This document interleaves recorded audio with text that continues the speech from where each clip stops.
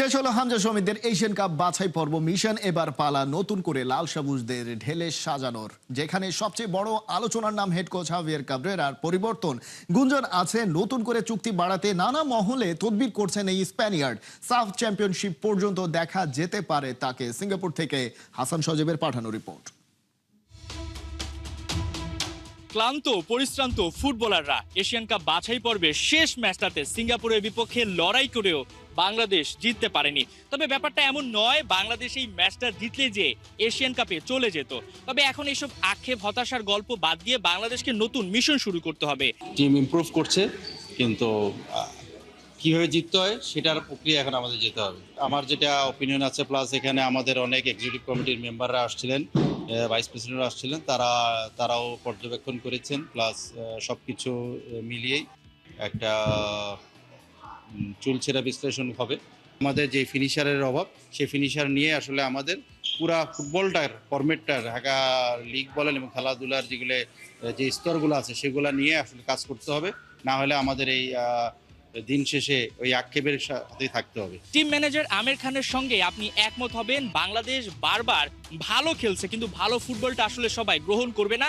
দিন শেষে দরকার বাংলাদেশের গোল করা, জয় দরকার। আর এই জয়টা শুধুমাত্র 1-2টা ম্যাচে নয়, বাংলাদেশকে লম্বা একটা প্ল্যান করতে হবে। আগামী 4 বছর 5 বছর বাংলাদেশের ফুটবলটাকে বাফুফে কোথায় নিয়ে যেতে চায়, আর তার সবচেয়ে বড় অংশ হচ্ছে কোচ পরিবর্তন করা।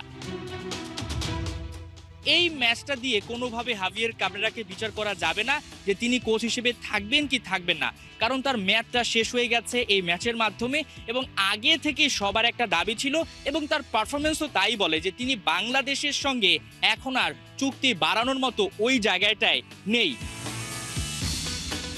বাফুফে থেকে বারবার বলা হচ্ছিল এই ম্যাচের পরেই একটা সিদ্ধান্ত আসবে, একটা চমক আসতে পারে। বাফুফে কি নতুন কোচ পেয়ে গেছে, নাকি হেড কোচ হাভিয়ের কাবরেরাকে রেখে দেওয়া হবে সাফ চ্যাম্পিয়নশিপ পর্যন্ত?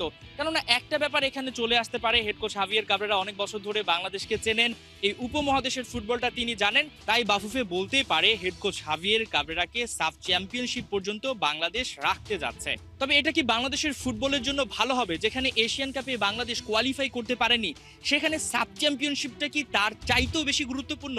এখন আসলে শুধুমাত্র সাফ চ্যাম্পিয়নশিপ কিংবা এশিয়ান কাপ নিয়েই পড়ে থাকলে হবে না, বাংলাদেশের লক্ষ্যটা আরো বড় হতে হবে। কেননা বাংলাদেশের দলে হামজা চৌধুরী, সমিত সোম, ফাহমিদুল কিংবা জায়ন আহমেদের মতো ফুটবলাররা অন্তর্ভুক্ত হয়েছে।